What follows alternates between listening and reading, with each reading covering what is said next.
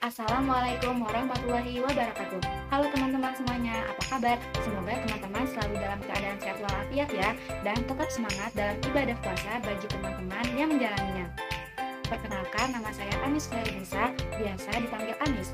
Di sini saya akan menjelaskan terkait karakteristik anak berkebutuhan khusus, karakteristik anak berkelainan fisik, serta perkembangan kognitif anak berkelainan fisik. Nah, sebelumnya teman-teman sudah mengetahui belum apa itu anak berkebutuhan khusus? Nah, anak berkebutuhan khusus adalah anak yang memerlukan penanganan khusus sehubungan dengan gangguan perkembangan dan kelainan yang dialaminya. Anak berkebutuhan khusus memiliki karakteristik yang berbeda dengan anak-anak pada umumnya tanpa selalu menunjukkan pada ketidakmampuan mental, emosi, atau fisik. Nah, beberapa karakteristik anak berkebutuhan khusus ini diantaranya yaitu satu, sulit komunikasi. ABK seringkali memiliki hambatan berbicara dan sulit bicara meskipun usianya sudah dewasa. Ucapan dan pilihan kata mereka pun sering didengar dan bukan menggunakan kata yang tepat. Yang kedua yaitu kesulitan belajar. Anak ABK kesulitan belajar dikarenakan individu yang memiliki gangguan pada satu atau lebih kemampuan dasar psikologis. Tidak hanya itu, biasanya gelombang otak juga terganggu sehingga menyebabkan anak tersebut mengalami IQ yang hanya rata-rata ataupun di atas rata-rata sedikit. Ketiga, kelainan fisik. Secara fisik dan medis, umumnya beberapa ada kondisi fisik dan medis yang sangat berbeda dengan anak kebanyakan. Misalnya, jika ia mengalami kebutuhan khusus, maka ia akan mengalami komplikasi dengan bagian organ tubuh lainnya. Yang keempat, bersikap membangkang. Anak-anak berkebutuhan khusus ini sering membangkang. Penyebab kenakalan anak banyak terjadi.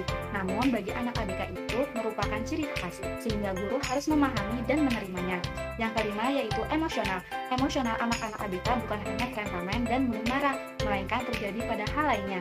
Jika dilihat secara emosional, mereka sering sekali terperosok dalam kondisi kesepian, depresi, dan juga hal-hal layaknya putus asa. Mereka sering sendiri dan kesal pada orang lain tanpa sebab jika moodnya sedang buruk. Yang keenam yaitu iri pada orang lain.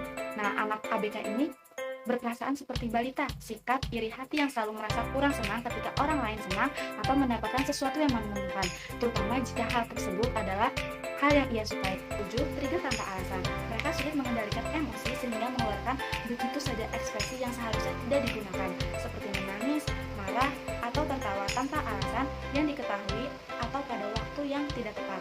Kemudian, masih banyak lagi karakteristik anak ABK seperti sulit membaca dan menulis, tidak mengerti arah, bersikap sesuai kebiasaan, senang meniru, bicara tanpa henti, bertindak kubu, sintaksi tinggi, introvert, berprasangka buruk, dan melukai dirinya sendiri.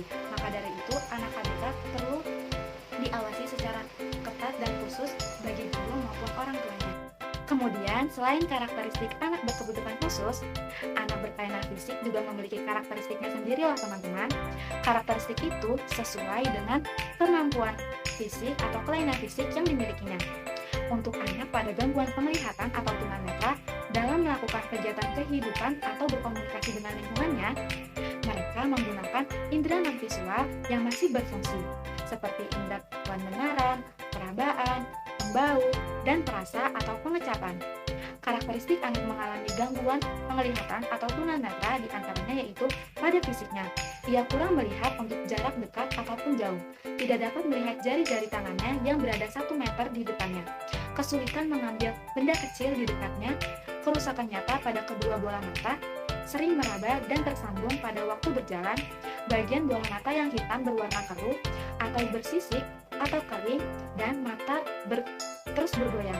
Kemudian yang kedua pada perkembangan kognitif, ia memiliki keterbatasan dalam kemampuan mengenal warna, ukuran, jarak ruang, kemampuan untuk berpindah tempat, keterbatasan untuk bergerak yang mempengaruhi hubungan sosialnya. Ketiga, pada bidang akademik, anak tunanetra ini mengalami keterbatasan khususnya pada kegiatan membaca maupun menulis. Yang keempat, pada sosial dan emosional. Nah, karena keterbatasan anak untuk mengetahui gambaran lingkungan melalui pengamatan dan peniruan, anak dengan tunanetra ini tidak memiliki gambaran bagaimana melakukan komunikasi secara nonverbal, seperti menampilkan ekspresi wajah dan gestur tangan maupun tubuh sesuai pada saat berinteraksi dengan orang lain. Yang kelima, kemudian untuk perilaku anak dengan tunanetra cenderung kurang mampu memperhatikan kebutuhan hariannya, sehingga ada kecenderungan untuk menerima bantuan dari orang lain. Kemudian terdapat anak dengan gangguan pendengaran atau tunarungu. Istilah tunarungu ini digunakan untuk orang yang mengalami gangguan atau ketidakmampuan dalam hal pendengaran, mulai dari tingkatan yang ringan sampai yang berat sekali, yang diklasifikasikan ke dalam tuli deaf atau kurang dengar, hard of hearing. Adapun karakteristik anak dengan gangguan pendengaran atau tunarungu diantaranya yaitu: 1. Pada bidang akademik, anak tunarungu memiliki intelijensi normal dan rata-rata. Namun prestasi anak tunarungu sering sekali lebih rendah daripada prestasi anak normal karena dipengaruhi oleh kemampuan dalam menangkap pelajaran secara verbal. Kemudian yang kedua ada sosial emosional. Pada anak tunarungu, pergaulan bebas dengan sesama tunarungu sebagai akibat dari keterbatasan dalam kemampuan berkomunikasi. Selain itu, sifat egosentris yang melebihi anak normal, yang ditunjukkan dengan sukarela mereka menempatkan diri pada situasi berpikir dan perasaan orang lain. Sukarnya menyesuaikan diri ini, serta tindakannya lebih berpusat pada aku atau ego, sehingga jika memiliki keinginan, maka keinginannya itu harus dipenuhi. Yang ketiga, bahasa dan bicara. Kemampuan anak tunarungu dalam berbahasa dan bicara berbeda dengan anak normal pada umumnya, karena kemampuan tersebut sangat erat dengan kemampuan mendengar. Karena anak tunarungu tidak bisa mendengar bahasa, maka anak tunarungu mengalami hambatan dalam berkomunikasi. Kemudian selanjutnya yaitu anak dengan gangguan tunadaksa. Salah satu gangguan dalam tunadaksa adalah cerebral palsy. Cerebral palsy ini merupakan gangguan neuromotor yang disebabkan oleh luka atau kerusakan pada otak atau spinal cord yang juga mempengaruhi kemampuan untuk menggerakkan bagian-bagian tubuh manusia atau gangguan motorik. Karakteristik anak mengalami gangguan dalam tunadaksa atau cerebral palsy ini diantaranya yaitu gangguan motorik. Gangguan motorik ini berupa kekakuan, kelumpuhan, gerakan-gerakan yang tidak dapat dikendalikan, gerakan ritmis, dan gerakan keseimbangan. Yang kedua yaitu gerakan sensorik. Gangguan sensorik ini meliputi penglihatan, pendengaran, perabaan, penciuman, dan perasa. Yang ketiga yaitu gangguan tingkat kecerdasan. Tingkat kecerdasan anak dengan gangguan tunadaksa ini bervariasi, mulai dari tingkat yang paling rendah hingga ke tingkat yang tinggi. Sekitar 45% mengalami keterbelakangan mental dan 35% mempunyai tingkat kecerdasan normal dan di atas rata-rata, sedangkan sisanya cenderung di bawah rata-rata. Yang keempat yaitu kemampuan berbicara. Anak tunadaksa mengalami gangguan bicara yang disebabkan oleh kelainan motorik otot-otot bicara, terutama pada organ artikulasi seperti lidah, bibir, dan rahang bawah, dan ada pula yang terjadi karena kurang dan tidak terjadi proses interaksi dengan lingkungannya. Kemudian yang kelima ada emosi dan penyesuaian sosial. Nah, anak-anak ini tergantung dengan keadaannya. Secara umum, emosi dan penyesuaian anak tunadaksa ini tidak terlalu berbeda dengan anak normal, kecuali beberapa kebutuhan yang tidak dipenuhi yang dapat menimbulkan emosi yang tidak terkendali pada anak tunadaksa tersebut. Oh ya teman-teman, untuk anak berkelainan fisik ini juga memiliki perkembangan kognitif yang berbeda-beda sesuai dengan kelainan fisik yang dimilikinya. Bagi anak yang tunanetra, perkembangan kognitif mereka menjadi terhambat. Bagi anak tunanetra, proses pencarian keseimbangan antara teknik asimilasi maupun akomodasi tidak seimbang karena keterbatasan dalam penglihatan sebagai modal utama untuk melakukan pengamatan terhadap suatu objek tertentu yang ada di lingkungan. Jadi hal inilah yang menyebabkan perkembangan kognitif pada anak tunanetra tidak optimal.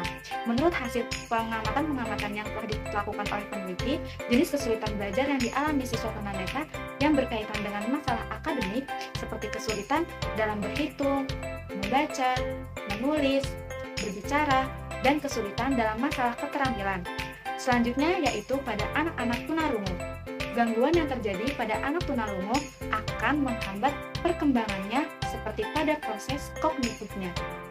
Biasanya pada anak tunarungu ini lebih cenderung suka beranggapan dengan sesuatu hal tetapi tidak sesuai dengan faktanya. Maka dari itu, guru harus memahami siswa tersebut, dan guru harus tetap membuat siswa itu mengerti dengan cara memberitahu dengan bahasa isyarat agar perkembangan anak tersebut meningkat dan tidak selalu beranggapan mengetahui sesuatu yang tidak didengar tapi bisa memahami dengan cara yang lain.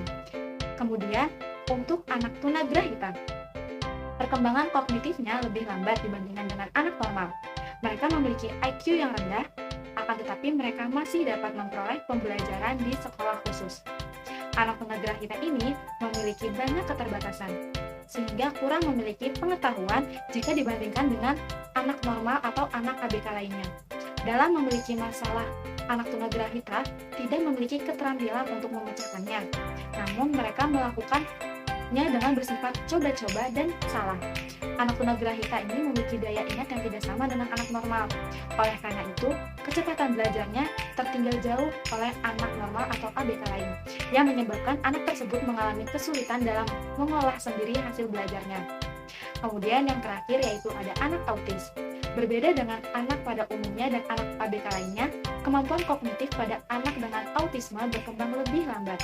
Lambatnya perkembangan kognitif menandakan adanya masalah pada kemampuan kognitif anak dengan autisme yang mengakibatkan mereka mengalami kesulitan dalam menerima serta memahami informasi dan materi pembelajaran dan informasi di dalam kelas. Nah, jadi bagaimana teman-teman dengan penjelasan yang sudah saya berikan tadi mengenai karakteristik anak berkebutuhan khusus, karakteristik anak berkelainan fisik, serta perkembangan kognitif anak berkelainan fisik.